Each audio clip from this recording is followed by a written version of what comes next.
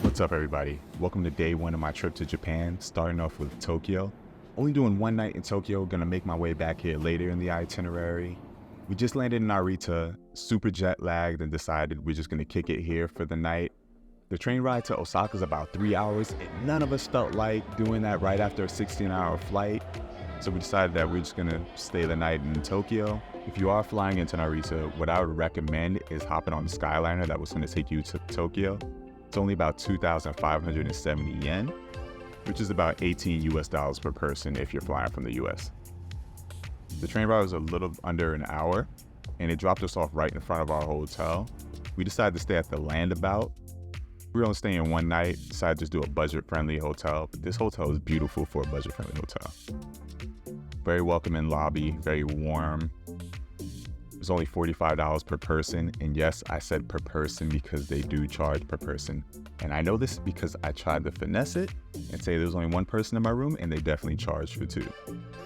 The room was great, traditional Japanese style, floor mattress, you have your mini fridge, TV here as well, basic amenities. Reminding me of like a cruise ship cabin. If you've ever taken a cruise vacation, you know the size. You know the bathrooms are very small. I can reach the roof with my hands. If I expanded my wingspan, I can go from wall to wall as well. Basic amenities, you got your body wash, shampoo, conditioner. They provide toothbrush. Also these cotton sets, just in case you need to freshen up. But this is pretty cool. It's common in most of the Japanese hotels that you'll see that they provide toothbrush, toothpaste, etc. Usually in the US, this is something that you have to bring yourself, or you gotta buy from like a gift shop. Had the Japanese bidet. I'm gonna let you figure out these buttons for yourself because that's part of the adventure, and I had to learn the hard way, so will you. I kept hearing about Ichiran ramen online when I was doing my research, so we passed by one and decided to stop in. To be honest, let me give you a complete honest review. This is not the best ramen that I had in Japan. This is actually like the McDonald's of ramen in Japan. But it's not the worst. It's not the worst. It's something worth giving a try if you're gonna be in the area. You also find a bunch of them around. It's not the only one. This is a chain restaurant, which is why I say it's the McDonald's of ramen shops. But at this point in the trip, I didn't have anything to compare it to, so I killed this bowl. But to be completely honest, the mom and pop places that I stopped in were 30 times better than this. My taste buds are my taste buds. Give it a shot yourself. Let me know what you think. After we finished our meal, we decided that we were going to explore a little bit. It was pretty late and places were starting to close, but we saw that this Kyoto station arcade was open, so we stopped in really quickly. It was 3 floors, but the other floors were closed down already. They had these claw machines that were filled with snacks. So we decided, hey, why not? Let's give it a shot. First night in Japan, let's do something, spend some yen. Let's go! You're the winner every day of the week, baby. Give me some candies. Oh, yeah. Candies, get this candies, get this candies, get this candies, get this candy. You got none. You got it, you got it, you got it, you got it. These candies, Let me show you how to win something, my boy. What'd you get? So yeah, I was trash and decided to end the night on that L. Besides, we just combated the jet lag. It was about 11 p.m. in Tokyo time, which is 11 a.m. our time, and I'm super tired now. So helped us adjust to the local time so that we actually be going to sleep when it's night. We have a 6 a.m. bullet train to Osaka, and that's when the real vacation begins. So join us for day 2. For day 2 to 4 of our trip to Japan, we kicked things off at Tokyo Station, where we hopped on the train bound for Osaka. But before we hopped on, we couldn't resist but grabbing some of these delicious bento boxes for the journey. Pro tips. Number 1, train rides, especially 3-hour train rides, are so much better with great food. Number 2, make sure you get great views. If you're taking the Shinkansen down from Tokyo down to Osaka, I recommend sitting on the right-hand side where you're gonna catch views of Mount Fuji, which is definitely a highlight of a train ride. And number 3, if you're traveling from city to city like I did, make sure you get a JR pass because it's gonna be the best way to save on train tickets around Japan. Fast forward to Osaka, and we wasted no time with check-in at the Grand Bell Hotel in Osaka. 4 nights for just $297, complete steal, plus the location was perfect, allowing us to dive right into exploring the city.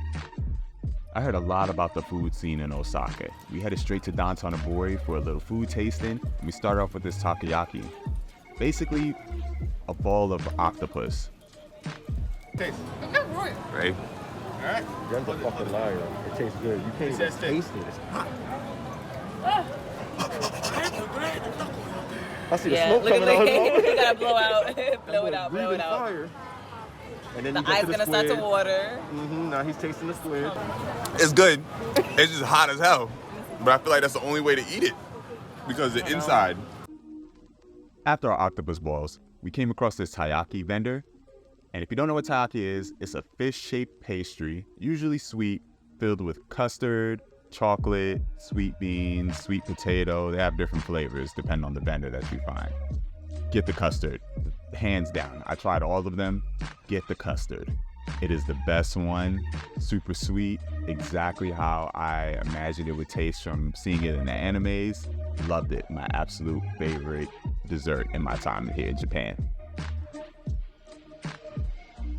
Was dying for this. You know how. Oh, I can't even talk to him. What I imagine. Everything I imagine. Yeah, they put a little bit of sugar in the beans. It's everything I imagine. He's not even saying anything.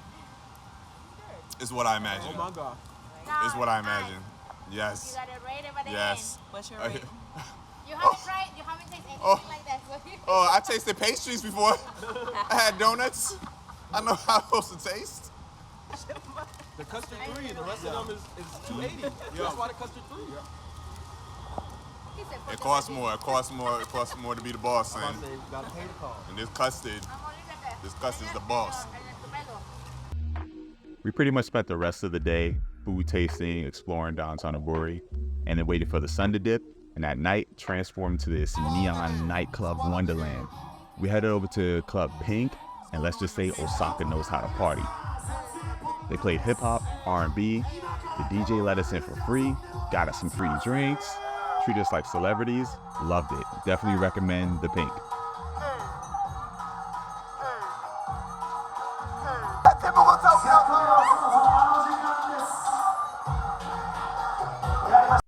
The next day, we switched gears and headed to Osaka Castle. The castle grounds were breathtaking. It was a blend of history and beauty. And with each step, it was like taking a time machine back into Japan's past. The castle itself was cool to see, but all the tourists around honestly kind of steered me away from here. I'm not a big fan of crowds and tourist traps, so we decided to just explore the grounds around, where we came across different gardens and shrines like this one here, which was a shrine to the students and teachers' lives who were lost during a typhoon that hit Japan in the early 1900s. We also came across some smaller shrines where you could pray for good fortune. I love to learn about the religions and cultures of just about anywhere I visit, because I believe that when you put it all together, that's where you find the truth. I picked out this fortune slip and came away with some good luck. It says, very lucky. In health, take care against excessive injury.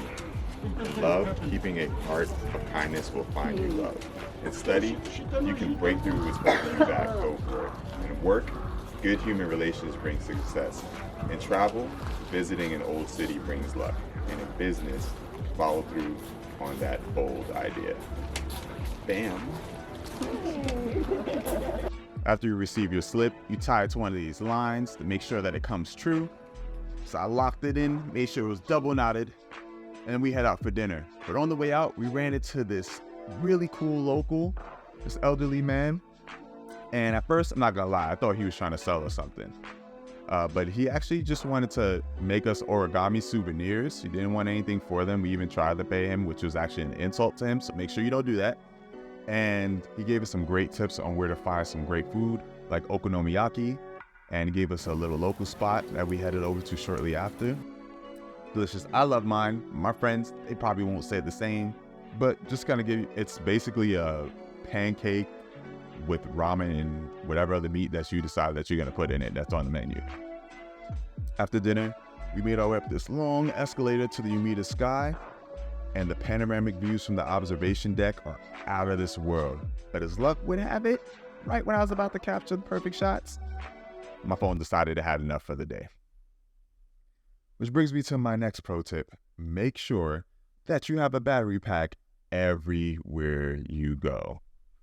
Tomorrow, we're headed over to Nijinomori, which is where the Naruto theme park is. I'll be sure to have my battery pack and make sure my camera's charged so that way I can get as much footage as possible.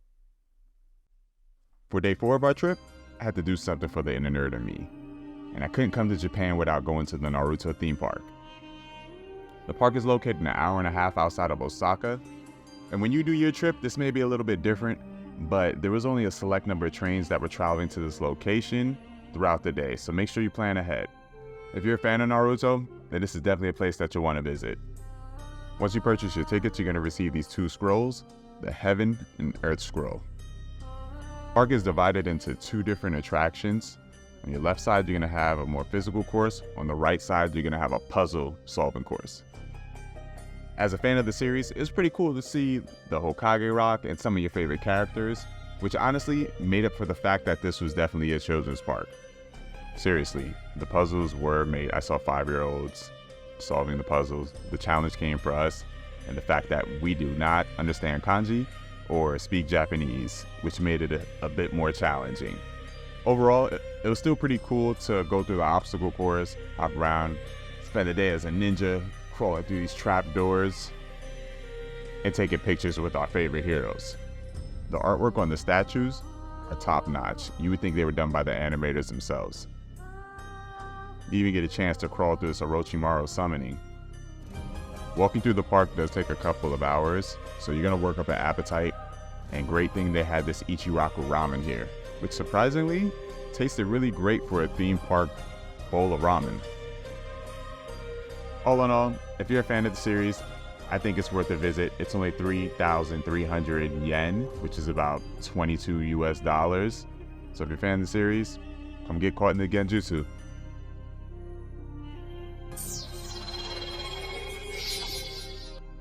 On day 5 of our trip, we all took a vote, and we all came to the consensus that we all wanted to see Kyoto in at least one of the famous shrines. So we booked a night at the Stay Sakura, which turned out to be a perfect selection. Perfect location, not far from any of the attractions in Kyoto. Had its own little private kitchen area, the beds were much bigger, and it had a washing machine, which was desperately needed at this point on our trip. After doing some laundry, the next morning, we headed over to Fushimi Inari Shrine, which is famous for its 1,000 red torii gates, which wind up the mountainside, and it's an incredible sight. Definitely well worth the hike. If possible, try to get there before 8 a.m. We got there at 8 a.m. and it was hella packed. It can be a pretty physically intense hike, and you'll see that a lot of the tourists aren't ready for this and they'll drop off. So the further you go in, you'll be able to get some great shots and you'll be away from the crowd. During your hike, you'll also come across these statues, other miniature shrines that you can take a break at, just to kind of break up your hike along the way so you're not just rushing up the mountainside. When you finally make it to the top, you're probably going to take a break like I did, but then you can go ahead and explore that main attraction, which is the shrine. And there's a shop at the top of the mountainside where you can purchase one of these mini torii gates and leave your own offering. We spent the rest of our day exploring Kyoto and just trying out some food. Who'd have thought that crab legs from the side of the road would taste this damn good? We also give the octopus a try, which wasn't that bad. Got a little adventurous. Luckily, no one got any food poisoning. We also came across some pretty unique ice cream vendor, and they were serving sake flavored ice cream. And honestly, it wasn't it for me, but at least I can say I tried it.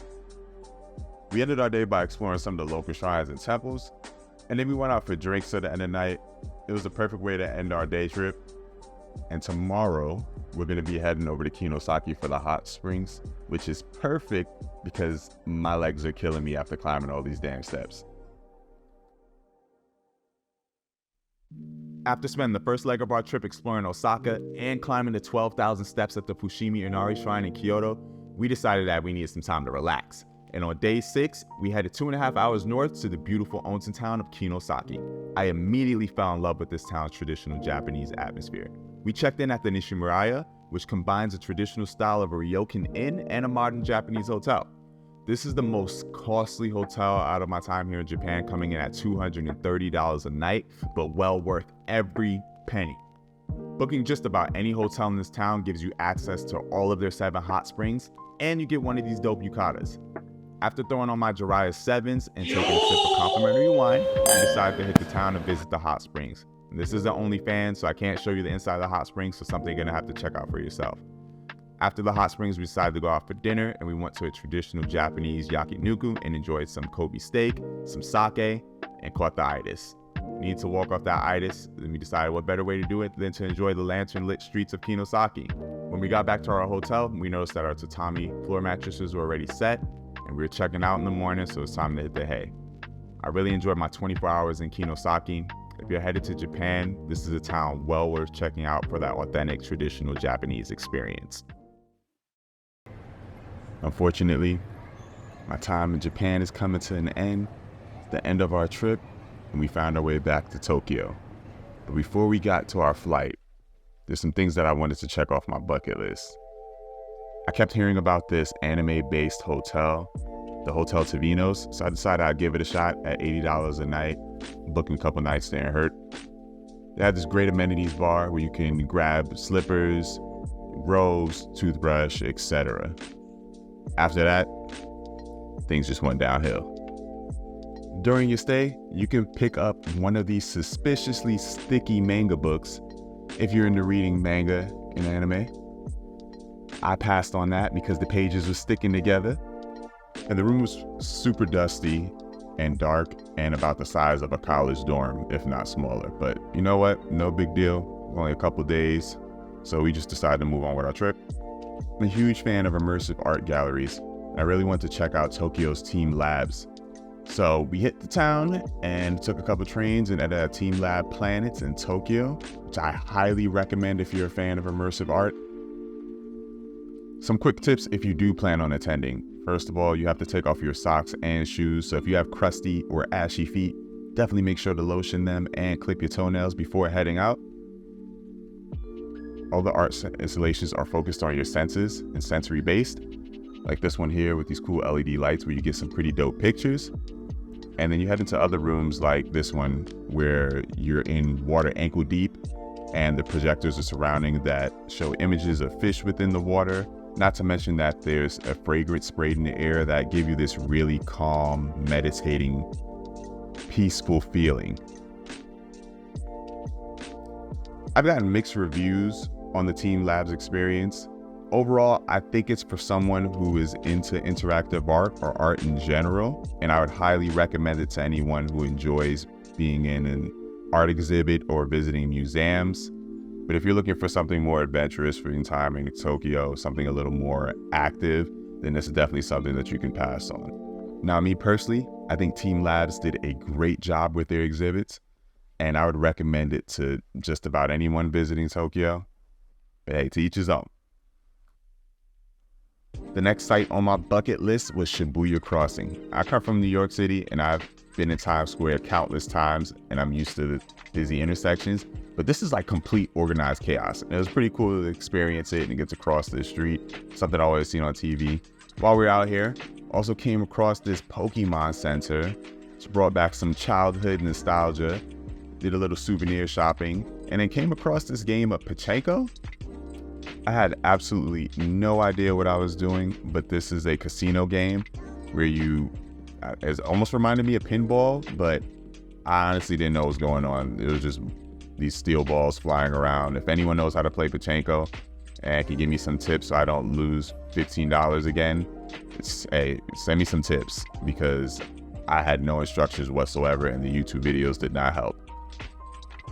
The rest of the night was spent eating, drinking, and of course some souvenir shopping before we had to head back to the hotel and pack up. By the end of the trip, I was feeling like if there was one thing I would do differently, it would probably be to only visit one major city in Japan and then branch out to all the others if I'm picking between Tokyo and Osaka. I think on a 2-week vacation, there's just not enough time to see everything that you want to do. So next time, either I'm going to do a longer trip or I'm only going to do one city at a time and fully immerse myself in it. But overall, I had a great time in Japan. Japan was great to us. I got to experience both the cities and the countryside, different parts of the culture. Arigato gozaimasu, Japan. Until next time.